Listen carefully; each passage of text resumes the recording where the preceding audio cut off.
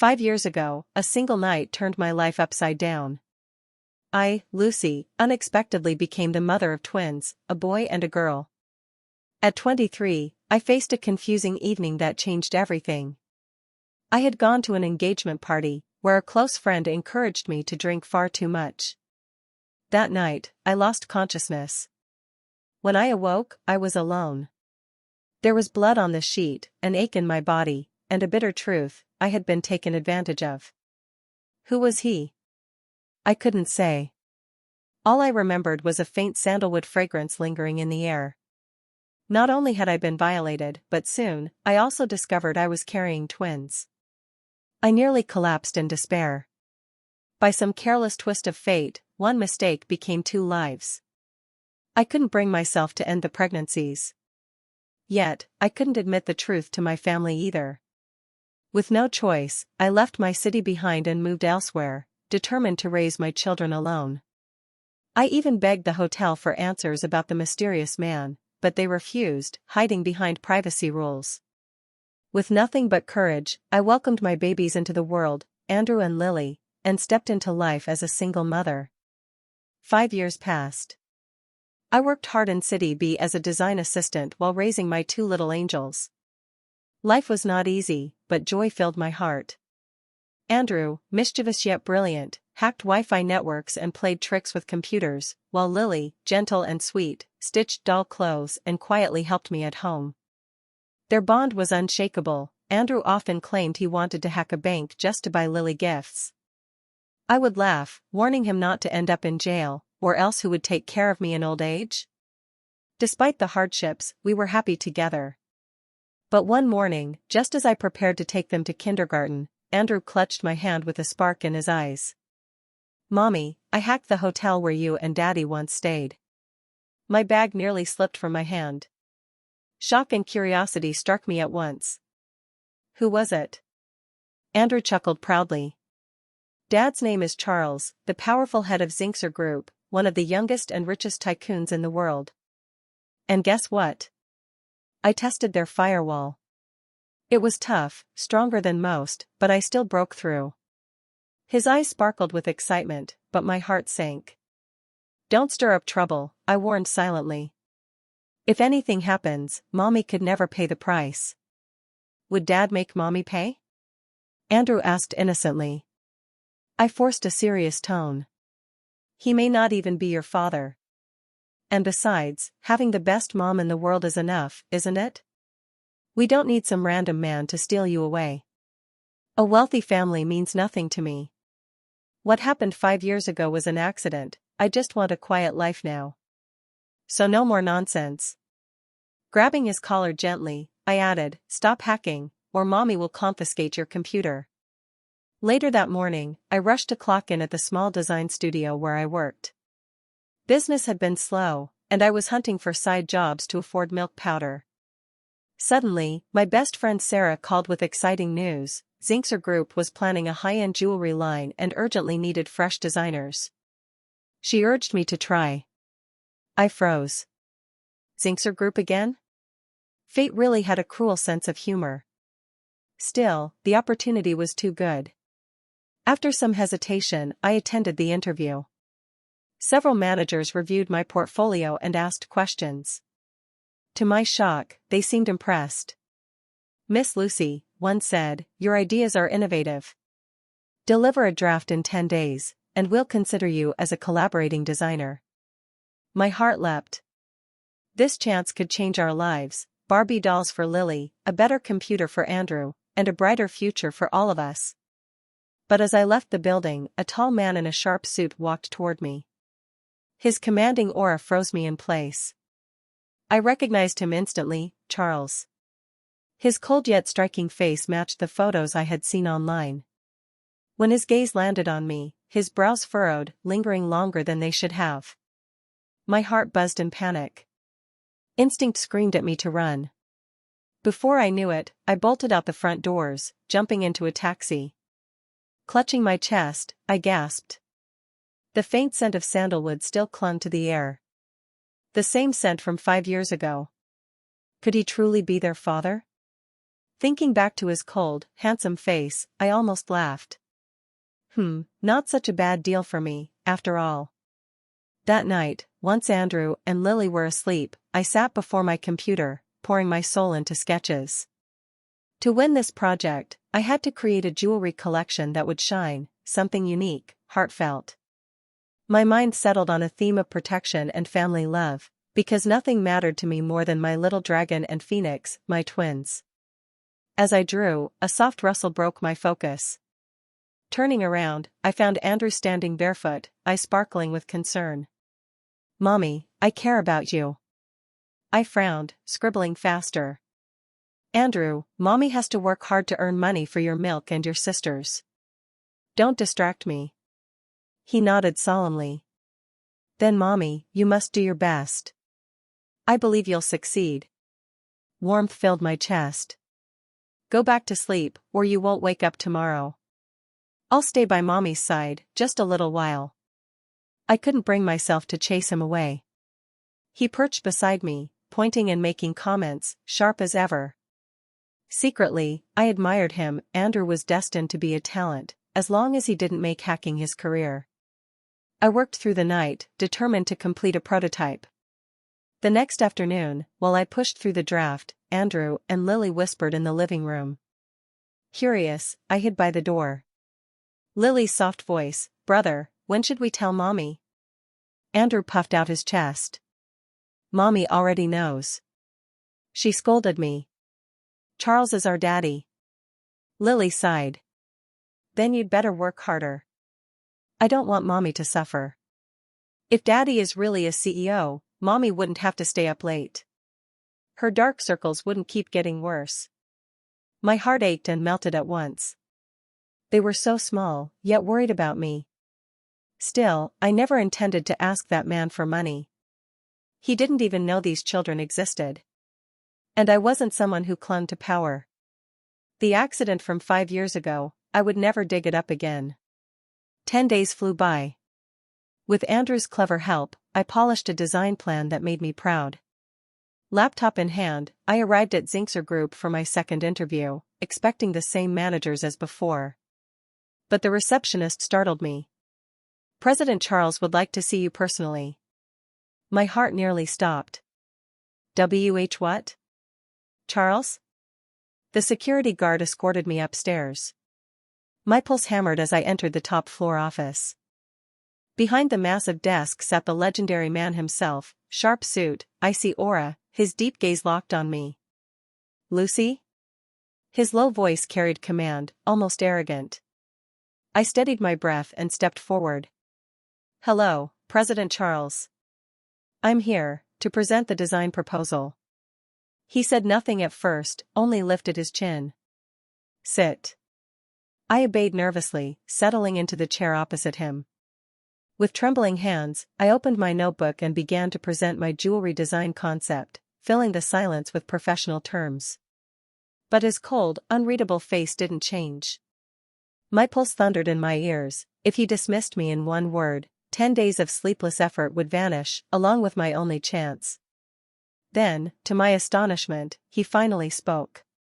"Your designs are unique. The themes of protection and family are good.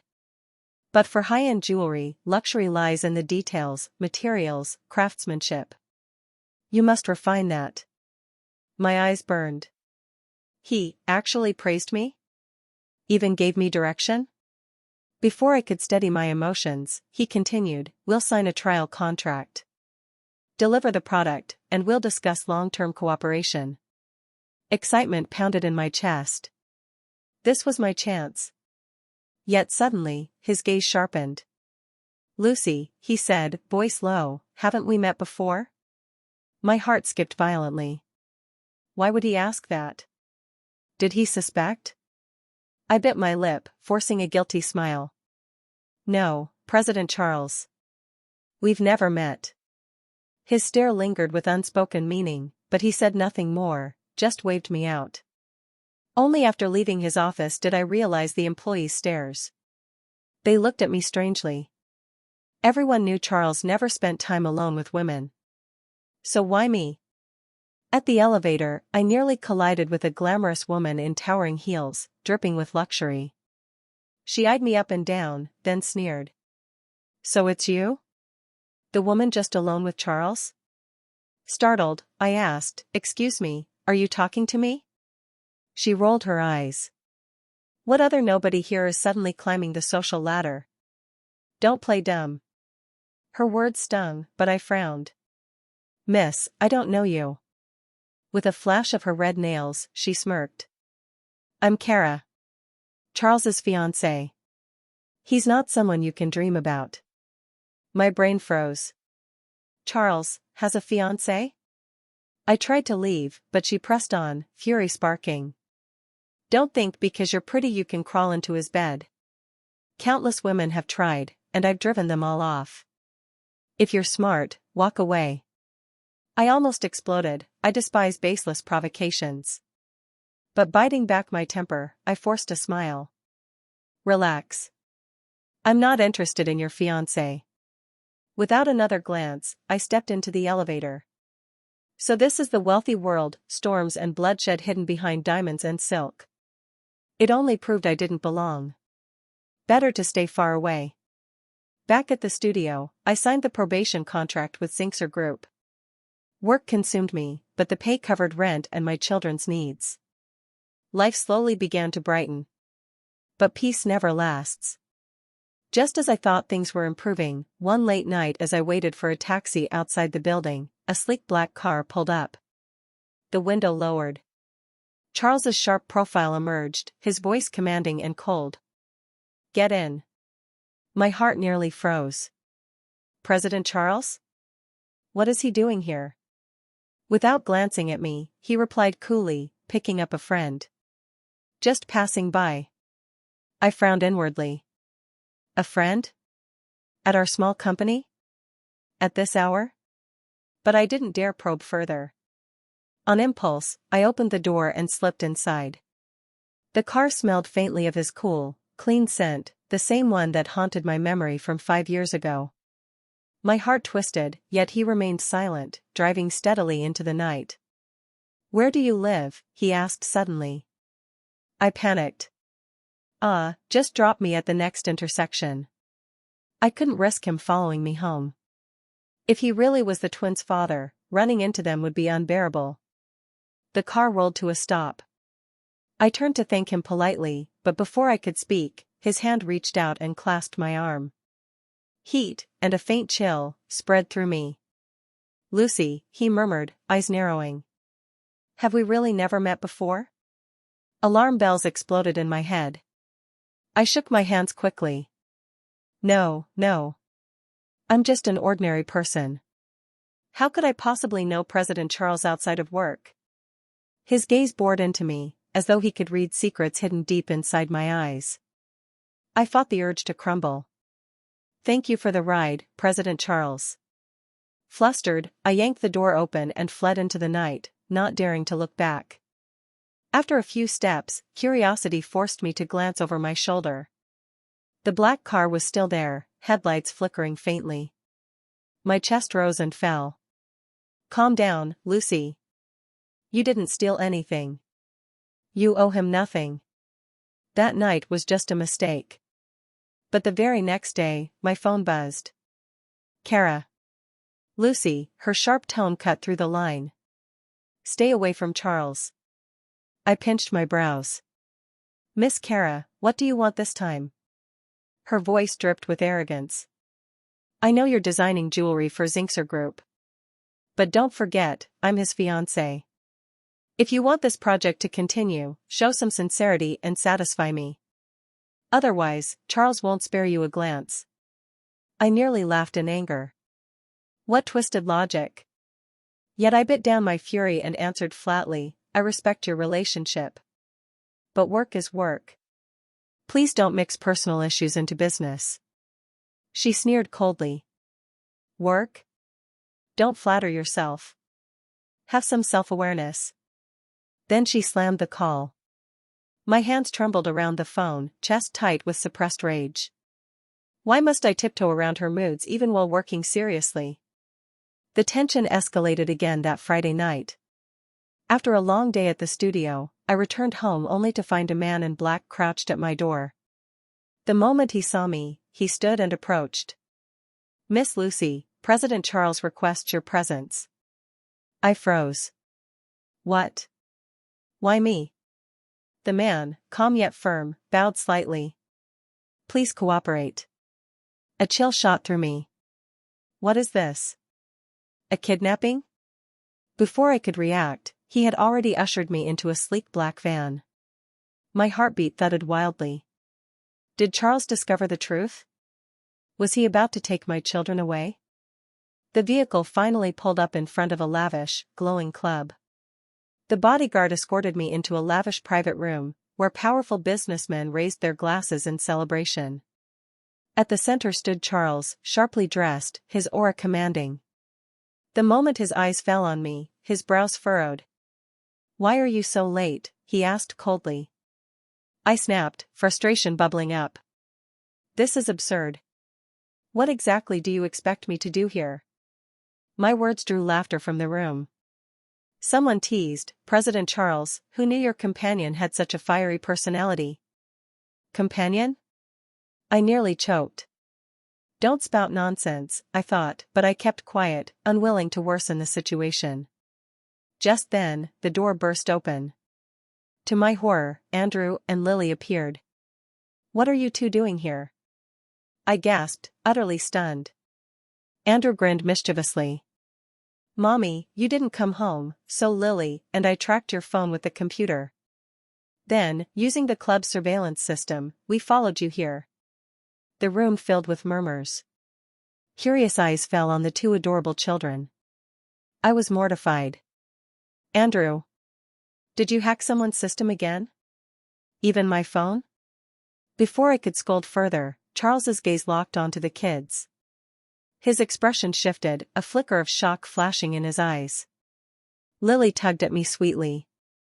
"Mommy, did the bad man bully you?" Flustered, I shook my head. "No, sweetheart, I was just invited, for a meeting." Andrew sneered, scanning the luxurious surroundings. "This doesn't look like a meeting." His remark drew amused chuckles. Then came the dreaded question, "Lucy, are these your children?" someone asked. I froze. But Charles's penetrating stare lingered on Andrew and Lily. Their features, Andrew's sharp brows, Lily's delicate face, mirrored his own. Recognition flashed in his eyes. Panicked, I scooped Lily into my arms. "I'll take the kids home first." But before I could leave, Charles blocked me, voice like ice. "Lucy, stay. I need answers." My heart thudded painfully. "President Charles, this isn't the time. Let me settle them first. I'll explain later." "I'm coming with you," he declared, grabbing his coat. His men quickly ended the gathering. The drive back was tense, silence pressing heavily. Andrew and Lily whispered among themselves, eyes darting curiously at Charles. From the driver's seat, Charles's gaze flickered between them in the rearview mirror, dark and unreadable. When we arrived, he followed us inside without hesitation. I nervously cleared the toys from the sofa. "Please, have a seat." His eyes roamed the small room, lingering on the children's things scattered everywhere. Something flickered in his expression, but he stayed silent. I handed him a glass of water. "President Charles." He cut me off sharply. "Are these two children yours?" I forced a bitter smile. "Yes. They're a little over 5 years old." Andrew leaned forward innocently, blinking. "Uncle, you kind of look like me." Charles's eyes darkened, emotion storming within. "Who is their father?" I wanted the ground to swallow me. Struggling to breathe, I forced the lie. "He died, in a car accident." "Dead?" His voice turned icy, his glare piercing me, as though he could shred me with just his eyes. I was both furious and shaken, so I decided to stop hiding. "Yes, 5 years ago, I attended an engagement party in City A, and that night changed everything. I ended up pregnant." The room instantly turned cold, the air sharp like broken glass. Charles froze, his face darkening as if he suddenly recalled something. You mean, that night, at an engagement party, you and someone? He didn't finish, but I knew exactly where his thoughts went. He must have remembered his own engagement back then. There were so many guests that night, he probably couldn't be certain it was me. Lily clung to my leg, her voice soft and pleading, "Mommy, can we eat now? I'm really hungry." Seizing the chance, I quickly muttered, "I'll cook something. You all, just sit here." Then I darted into the kitchen in a panic. Charles sat in the living room, his expression clouded, while Andrew and Lily exchanged cautious glances at him. As I nervously stirred noodles on the stove, Charles suddenly appeared behind me. His voice was quiet but sharp, "Lucy, give me a strand of the children's hair." Startled, I dropped the spatula with a loud clang. "What? Why?" "DNA testing," he said bluntly. My breath hitched. "No, that's not necessary. I have to be certain." His eyes locked onto me, unwavering, like a predator closing in. I was speechless. Deep down, I understood. He had every right to want the truth. But to me, it felt like a death sentence. If the results proved he was their father, what then? Would he take them away from me? Without waiting for my answer, Charles returned to the living room. With unexpected gentleness, he clipped a small strand from Andrew's hair, then another from Lily's. "Ouch!" Lily whimpered, covering her head with teary eyes. Charles pocketed the hair and turned to me, his voice firm. 3 days. Then we'll know." I stood frozen, watching helplessly as he walked away. That night, I clutched my children tightly, unable to sleep. Fear clawed at my heart. If the results confirmed his claim, what chance would I have against his wealth and power? 3 restless nights passed, and then his call came. His voice was calm but heavy, "Bring the kids to my place. The results are in." Dread gnawed at me, but I had no choice. With Andrew and Lily at my side, I went to his villa. The moment I entered, I spotted Kara. Her glare was sharp as knives, her hostility burning into me like I was a thief stealing her man. Charles sat on the sofa, silent and cold. He motioned for the doors to be shut. Then, picking up a report from the table, he declared in a low, steady voice, "They're mine. Both of them." My last sliver of denial shattered. Even though I had braced myself, hearing the truth left me trembling. Kara exploded, her face twisted in rage. "What? They're yours? Charles, you already have children with her? Then what am I?" Charles didn't even look at her. His eyes stayed fixed on me. "That night, it really was you." I lowered my head, whispering, "I didn't know it was you either." "Enough!" Kara screeched, completely losing control. She stormed at me, yanking my hair so hard I screamed. "You bitch," she spat, trying to tear me apart. I cried out in pain, struggling against her grip, but before I could free myself, Andrew and Lily rushed forward. "You dare touch our mommy?" Andrew shouted, his tiny fist swinging with all his might. Lily didn't hold back either, she sank her tiny teeth into Kara's wrist. "Don't hurt the children," I cried, rushing forward to shield them. Charles rose in an instant, pushing Kara aside with a single, effortless motion. His eyes were sharp as blades. "This is my matter. Leave, now." Kara's face contorted with rage. "I won't forget this," she screamed, slamming the door behind her. The room went silent. Andrew and Lily cowered behind me, their small fists red from the scuffle. My own anger boiled, but there was nowhere to release it. Charles finally turned to me. "Since the children are mine, I will take responsibility." "Responsibility?" My stomach nodded. "What, exactly do you mean?" He drew a slow breath. "I want them to know their roots, to acknowledge their ancestry." My mind went blank. Acknowledge their ancestry? Know their roots? Does that mean, take them away? He looked at Andrew and Lily, lingering on Andrew's sharp features. The resemblance was uncanny. Then, in a calm, almost measured tone, he said, I am not taking them away. But they deserve the identity and life that is rightfully theirs. You will have to live with us as well. Live, with us? My mind spun. If you're unwilling, he continued, at least let me spend time with them regularly. That's only fair, isn't it? I wanted to argue, but a quiet voice inside reminded me, my children had the right to know their father. And from the way they looked at him, their eyes wide and curious, they wanted to meet him. Andrew's face lit up. Mommy, I want to spend time with him. After all, he's my real dad. Lily, soft and earnest, added, Mommy.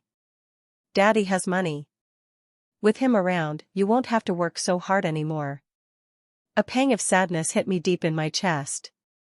Charles's gaze softened just a fraction, almost imperceptibly. Don't worry. I will protect you all. No one will hurt you. And so, we moved into one of his private villas. Ultra-luxurious, sprawling, with room enough for the three of us to live comfortably, complete with servants and bodyguards.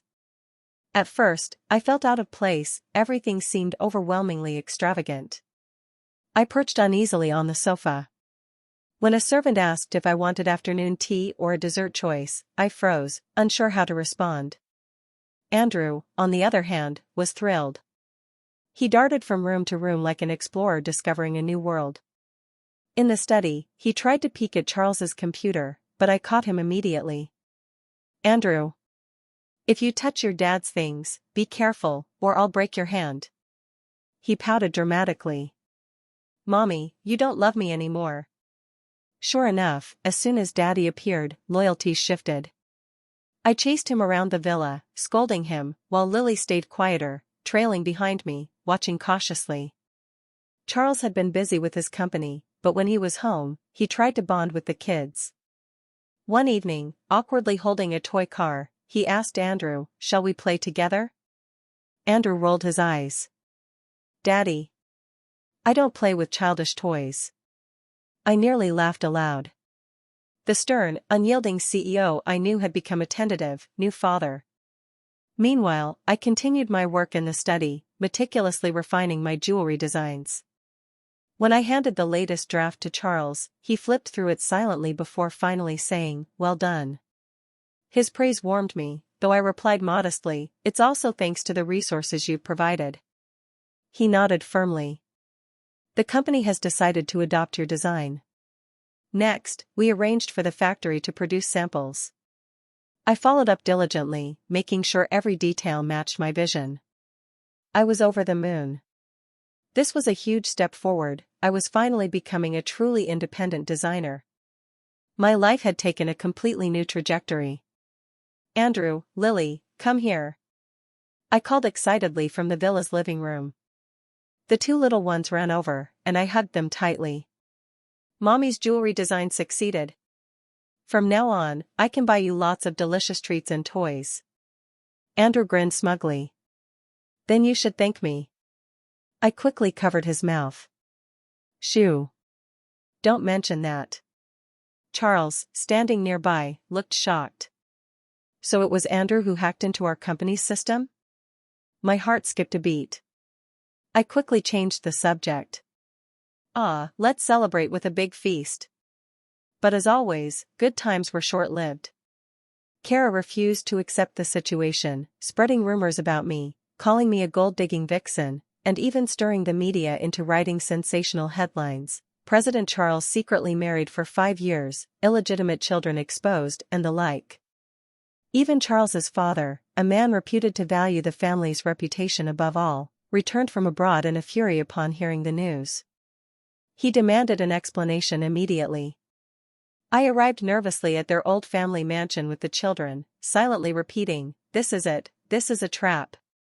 A table full of stern, scrutinizing eyes greeted us. Are these your children? Charles's father asked sharply. Yes, Charles said calmly. DNA tests confirm they are mine. His father's gaze softened slightly as he looked at Andrew and Lily. Then he glanced at me. And what do you plan to do with this woman? My face flushed. I have a name, you know. It's Lucy. Charles intervened smoothly. Her name is Lucy, the mother of my children. I will give her status. The room went silent. Whispers erupted. Status? Does that mean marriage? Kara turned pale, furious. Charles, you can't do this. I've always been by your side. Andrew and Lily, protective as ever, leapt forward. If you shout at Mommy again, I'll freeze your family's accounts and bankrupt you. The room froze. I quickly covered Andrew's mouth, murmuring, quiet, little ancestor. Charles calmly picked up his cup. Kara, you're the one without manners. Do that again, and I won't let it pass. Kara fell silent, fuming. I had no intention of marrying into this wealthy family, nor did I want to fight for my place. But seeing everyone trample me as if I were nothing made my chest ache. The dinner ended in discord. Back at the private residence, I cried quietly. Andrew and Lily handed me tissues, whispering in sympathy. Mommy, don't cry, let's go back home, Lily said softly. Charles appeared quietly behind me. I'm sorry for letting you suffer. I won't let anyone harm you or the children. I hesitated. Your father will never approve. I never intended to marry you. We have children, yes, but we don't have to force ourselves together. He was silent for a long moment, then pulled me into his arms, voice low and gentle. But I want you both to stay. Give me time, I'll handle my family's objections. Wrapped in his warmth, I felt a strange reluctance to pull away. 5 years of struggle had made me long for someone to share the burden. Time passed. Charles decisively cut ties with Kara's family and held a press conference revealing me and the children. The media exploded. Fans adored the scene of the powerful CEO holding 2 adorable 5-year-olds. With public support behind us, he whisked us away on a family and business trip abroad. He found endless ways to delight the kids, braiding Lily's hair, fixing Andrew's drone, playing with them in ways both clumsy and earnest. Even Charles's father eventually warmed to us, charmed by his grandchildren. Kara disappeared in frustration. One morning on a foreign island, we found a hearty breakfast prepared by Charles. My jaw nearly dropped. The CEO can cook? Before I could comment, the doorbell rang. Musicians entered, playing a romantic violin piece. Charles knelt before me, revealing a custom diamond ring, the one I had designed, engraved with my name. Lucy, will you marry me? His voice was husky, eyes earnest. Andrew shouted, Mommy, say yes. Daddy's already on one knee. Lily clapped her hands excitedly. Say yes quickly. Overwhelmed, I paused, thinking of the past months, the fear, the turmoil, and his steadfast protection. A smile spread across my face. Why not be brave once? I extended my hand. Okay. I agree. Cheers erupted. Charles slipped the ring onto my finger, pulling me into a deep embrace and kiss. Lily covered her eyes. Ah, big brother, Mommy and Daddy are kissing. Andrew laughed, I don't get the adult world. Charles and I exchanged knowing smiles, our eyes full of unspoken affection. Back in the country, I moved into his main residence. His father gradually accepted me, won over by the grandchildren. Kara vanished, defeated. The Guardian Jewelry series, promoted by Zinxer Group, became a massive success, thanks to the team and me. On launch day, dressed in white and arm in arm with Charles, flashes went off endlessly. No longer just a humble designer, I stood proudly as both a creator and the president's wife. Andrew and Lily, dressed to charm, were dubbed the cutest CEO daughter and little young master in the world. Andrew whispered backstage, Mommy, should I do a hacker show for everyone? I glared. Stop. He laughed, grabbed Lily, and ran off to eat cake. Watching their joyful antics, I realized, this was the happiest moment of my life. Later, Charles hugged me from behind, chin on my shoulder. Lucy, have you ever regretted having the children? I shook my head. No. Those 5 years were hard, but they're my most precious treasures. He kissed my earlobe softly. I won't let you suffer anymore. I promise to protect you all for life. Tears welled in my eyes. Yes, we'll work hard together. Outside, the lights dazzled. In his arms, I finally felt a home, a place of peace, love, and the sweet, settled calm after every storm. Fate, in its strange, accidental way, had given me the greatest happiness of my life.